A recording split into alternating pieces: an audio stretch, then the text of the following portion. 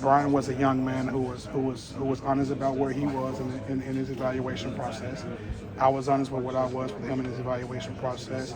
He too has a great support system, great parents. Mom and dad is awesome.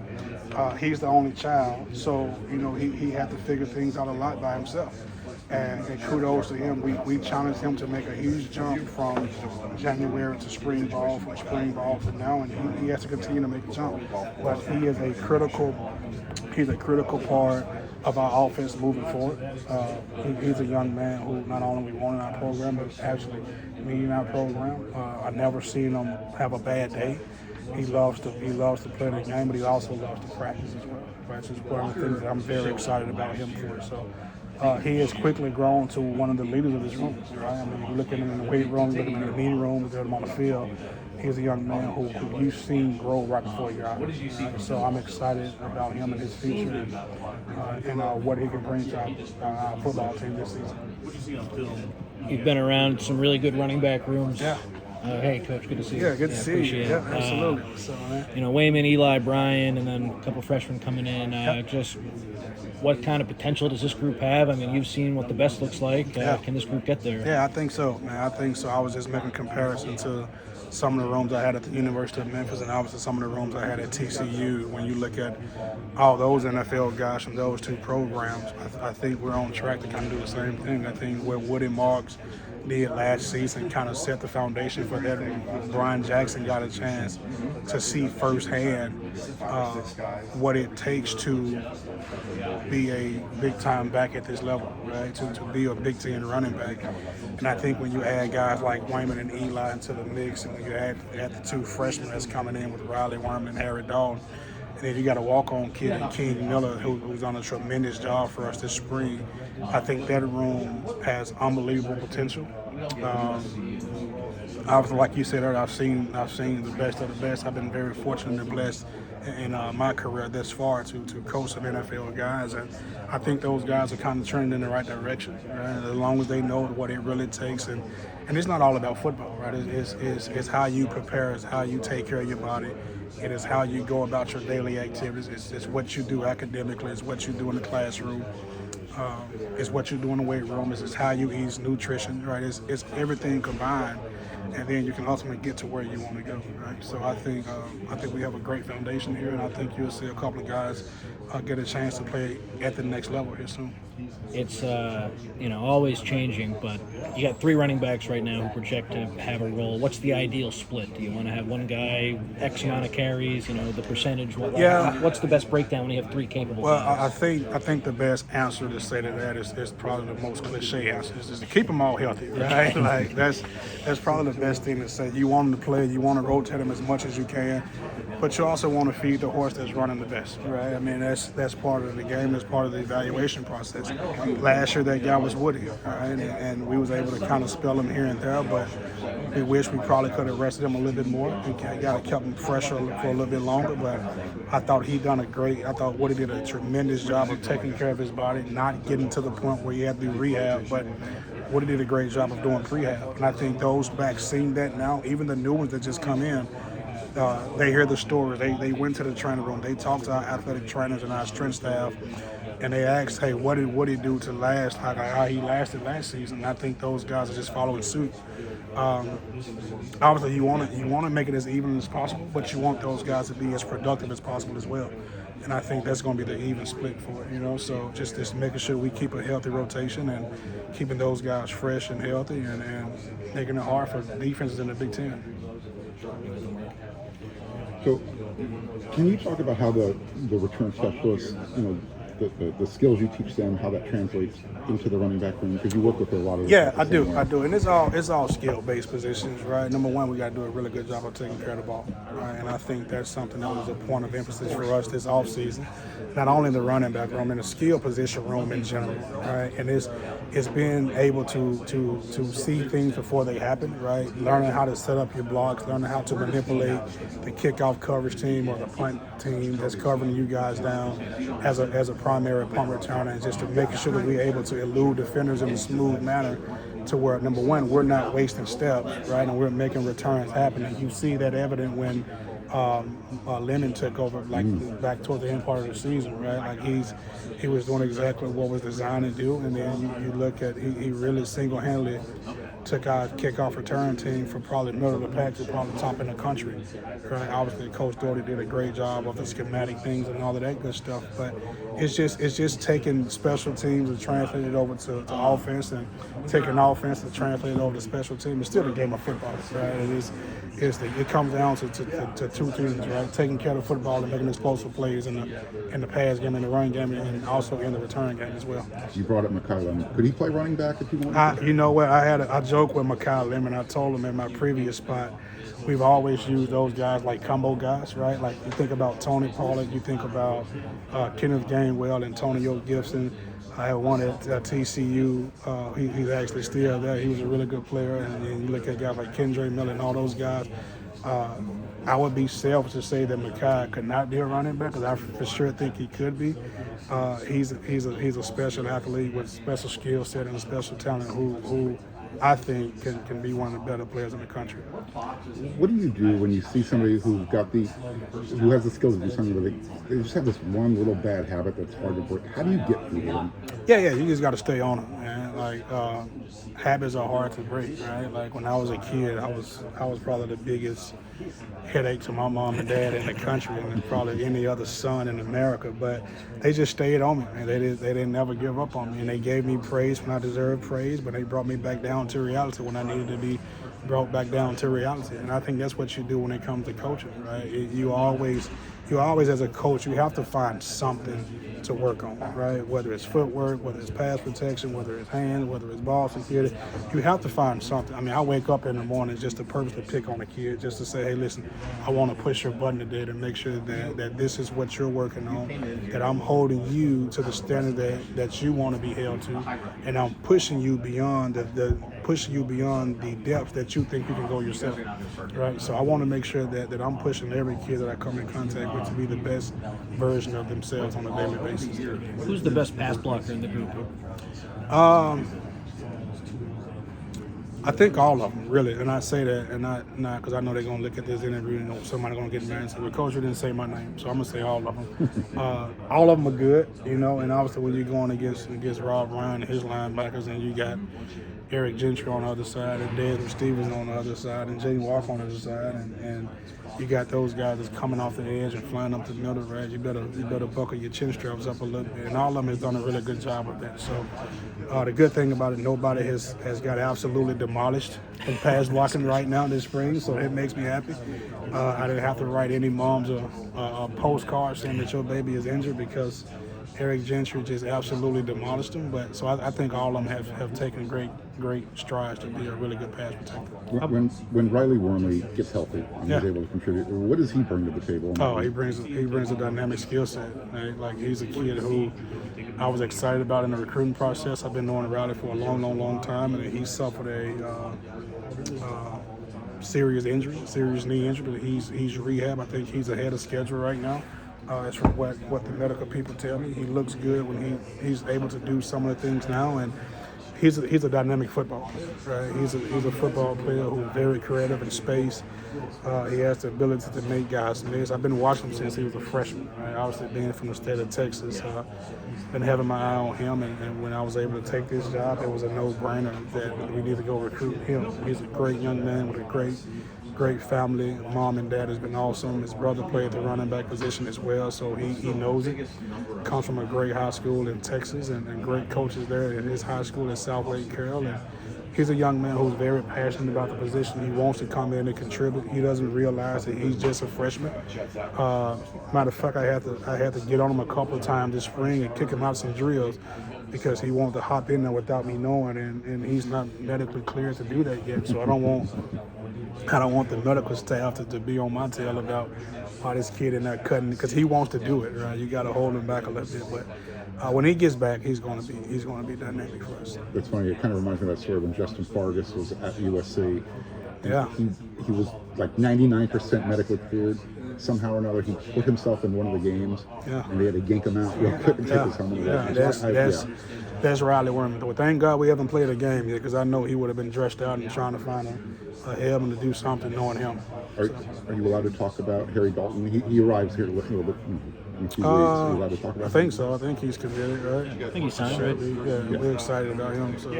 How did you find him? I mean, out there in the Virginia Well, area? when you look at USC in general, right, it's the best of the best, right? We want to go out and we want to play with the best guys. We want to recruit the best guys, and you kind of do your due diligence in the evaluation process of just researching guys and obviously what he brings to the table and his family background. And he was one of the ones for sure that's done a really good job of sticking out. Right? I mean, you look at one of the best players in the history of the state of Virginia, right? You look at his numbers and it's kind of jaw-dropping, right? And you look at his skill set and who he is as a person. To me, it was a no-brainer. How much of the tailback you goes into your recruiting process? I mean, it's there, and I have to be careful, right? Because so my dad's a preacher. My dad's a preacher in Memphis, and one of the Bible verses he always tells me is pride goes before destruction, right? And it's another part of that Bible verse too that he'll kill me because I can't remember right now, but I do know pride goes before destruction, and so I have to be careful about what I say, right? And we don't have to sell anything here at USC. I think USC sells itself. I think when you look at the running backs here that played here, when you think of all the greats, it's a very humbling experience in itself. And I think our players know about it. So we talk about it in the recruiting process. I wouldn't say brag about it because that's prideful. I don't want to make my dad mad. But you do have to like walk around with your chest out a little bit, knowing that some of the greatest football players ever played a game played right here. You think of guys like Marcus Allen and Lindell White and Reggie Bush and Mike Garrett and you know those guys. I mean, even what Woody did last year, right? And you look at the room right now, what those guys can potentially become. Right, you can't do nothing but be excited. Right, so it's great. It's pretty cool. The competition will, of course, continue. Has Wayman separated himself at all? Yeah, I think so. I think he's done a great job of kind of being who he is. Right, been a dynamic football player. Been able to control the game in a way and just control practice in a way to where it is very noticeable. But he understands that the competition is kind of far from over a little bit. I think he has established himself as a really, really good football player for us. But so has the other guys. So has Eli Sanders. So has Brian Jackson, right? And I think we're all still trying to find that role and carve out that role and a niche for each of them. And I think all three of those guys are going to be great contributors to the offensive room this year and to our football team as a whole, especially when it comes to offensive production as well as the special team side of things as well. So I can't say too much good things about all three of those guys. I'm just excited to have all three of them in the room, and I'm excited about King Miller and Kim McClavely, who's a walk-on for us, who he has a role too, right? He just probably won't see him on Saturdays, but he's a vital part of this program as well. And they work extremely hard and they compete with each other, but they also love each other, and that's the thing I love about this room is that when you see one, you're gonna see the other two or three, right? Like. I took him out to eat the other day, and just to see him talking and laughing and just being what college football is meant to be, right? Like it's the one time in their life where they're not worrying about anything else but just being around each other, right? And first time I've seen 6 football players not with their phones in their hands, right? And that's pretty cool, right? Because even as a grown man, you have your phone in your hand all the time. But just to see them at the restaurant, I think we was watching the national championship basketball game, and just to see them loving each other and joking with each other. And I think that's what college football is, right? Like, forget all the madness that's going on right now, right? Just to make an impact on the young men and their lives, and then when you meet their families, you're like, wow, this is why you do this, right? All those guys have unbelievable parents and unbelievable support systems. How about the guys as pass catchers? No clear number one option as a receiver. Who's I think all three of those guys, like I said earlier, bring a different dimension. But I think I would be remiss if I didn't mention Eli Sanders, right? Because he has a different skill set than some of those other guys. You look at Eli, like he can very well go over to the slot receiver position and go play slot receiver and be just as effective. he's just a natural pass catcher, right? I don't think I've seen Wayman drop many balls and you throw it out to Brian Jackson, he's going to catch it. It's not like you're going to hold your breath and just pray and hope that he catches the ball, right? You feel confident in those guys. You feel like all three of those guys can be every down backs. You don't have to take one guy out in certain situations to put another guy in. But at the same time, all of those guys serve a different skill set. You look at Eli; he can be a valuable pass catcher from anywhere on the field. You look at Brian Jackson, who, when you get to the goal line and short yardage, right, it should be automatic with his size and his strength and his physical capability. When you look at Wayman, he's kind of the jack of all trades, which all three of them are. Right? So it's been awesome to see those skill sets come together and those guys play with each other. And sorry, Mark, one more. So Makai obviously did so well, return man last year. He's been a little banged up. Who else has impressed you in the return game this offseason? Yeah, well, Eli took some reps back there this spring as well. Excuse me. You have young receiver BJ Jordan, who's done a really good job as well. You have we call him Jay-Z, Josiah Jamore, right? He's like the old man in that room, but he brings a presence. Matter of fact, he was our off returner later on in the season with Makai, right? So a lot of those long runs, that fumble Makai, in the bowl game, he did. It's almost a disaster. It was, right? And that just kind of show you who Zamora is, right? He's a smart, heady kid who is USC through and through. Yeah. Who I don't think that we kind of give enough credit to. I know he plays receiver, not coaches running backs, but he's a young man who was an unsung hero in the bowl game, right? That not too many people really mentioned that play.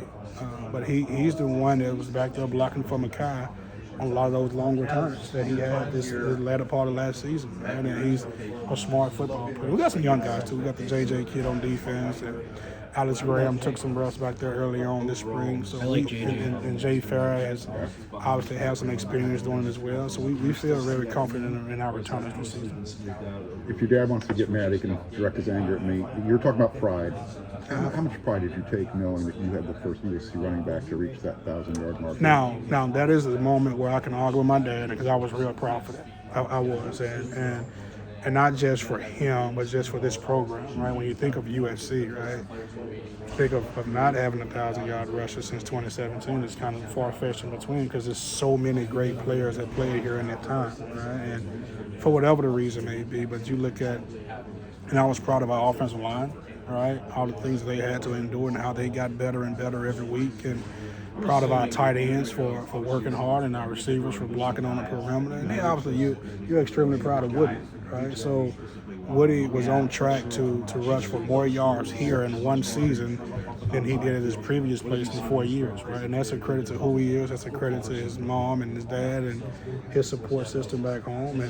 And you talk about being proud. I was really, really proud last Saturday when we was walking to the Coliseum and I got the call that he got drafted in the 4th round, and I didn't care about pride go before destruction did because I was proud at that moment, and I was proud for him, not for me, but I was proud for him because I see the work that he's put in. I've seen the injuries that he had to endure back at Mississippi State and how he overcame them, and just for that moment of his parents, of his mom and dad, and people back home in Atlanta making a sacrifice for him to hear his name called. And let's just be honest, right? This was probably the deepest running back class in probably the history of NFL football, I think, right? I mean, you look at all the guys that's at that running back position that got picked up or that didn't get picked up, and to see Woody's name in there, it shows you what this place is, and a credit to Coach Riley, his offensive system and schematics that's able to showcase these guys' abilities on a weekly basis.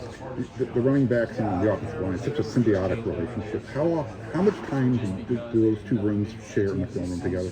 Yeah, we do quite a bit, maybe probably once or twice a week during the season. But I tell the running backs they better take care of them, right? And this is some of the things that you don't see is you kind of see it with Wayman and with Eli. I think Woody did it a couple of times too, and Brian would learn to do it as well, is that when these guys do an interview, you better bring an old lineman with you, right? Because this is not a thing that the running backs do on their own, right? And I know Woody did this, and I think Wayman, Eli, and Brian are going to kind of get to it too. It's going to be expensive, but they can afford it now. But take those guys out to eat, right? Like just show them that you appreciate them, because we don't showcase those guys enough as offensive linemen. They do a thankless job. They really do, right? They're carrying around a lot of weight to try to move a lot of more weight, and to do it 70, 80, 90 times a game, and they get zero credit for it. So I think our guys understand that. I think our guys are very, very appreciative of that. I am, as the running back coach, to see the growth that Coach Hanson and his team is doing with that offensive line. And I mean, I think it's remarkable. You brought up the financial aspect of it a little bit. How much of that is part of the recruiting, and how have you adjusted to that? Yeah, I personally stay out of it. Okay. I don't really get involved with it. I'm old school as old school can be. I played FCS football where we got 19 meals a week with my scholarship, and that was it. And I got a $500 refund check because I was on the Hopes academic scholarship, and that's how I was able to send that $500 back to my mom. And anything we got at that time, I was very, very appreciative of. I grew up in a time where we only got one pair of gloves. They were Newman gloves, and if you lost that pair of gloves, good luck to you, because Mike Roster, who's probably watching this interview right now, he was our head equipment manager back in Chattanooga, and you weren't getting another pair, right? And that was the reality of it. So it's different now. I stay out of it. I just focus on the young man and himself, right? Like, I believe all the extra stuff that comes with college football could be beneficial to them. But for me, I'm trying to develop the young man first, and then develop the football player second. And anything extra after that is outside of my wheelhouse. Kudos to them, But there's nothing wrong with McDonald's meals every day, or Buffalo Wild Wings Tuesday specials that I had to grow up on eating when I was in college, because that's all you could afford. Right? So God bless them. I'm not jealous, but God bless them. I am a little jealous. Could you give us just a short scouting report on Riley and Harry, just what they are? Yeah. So Riley is a dynamic guy in space, right? He's kind of your quick, elusive guy. Probably remind you a little bit more of Eli Sanders a little bit. He can kind of do it all. He can kind of play in space, and he's a tremendous skill set. And Harry was a high school quarterback, obviously, but he's used to having the ball in his hands a bunch, and he's a dynamic playmaker in his own right. Big, strong, physical kid, tough, hard-nosed, who played in a tough division in the state of Virginia and led his team to a state championship a couple of years, and he made a deep run this past year. And he's one of the all-time greatest football players in that state, in that rich state. We know how good state of Virginia football is, right? And for him to take a chance on us and come way across the country is because he believed in our staff, he believed in Coach Riley and his vision, he believed in our university, and he believes in the academics here that can help him far, far, far beyond football. Right? So we're excited about both of those guys.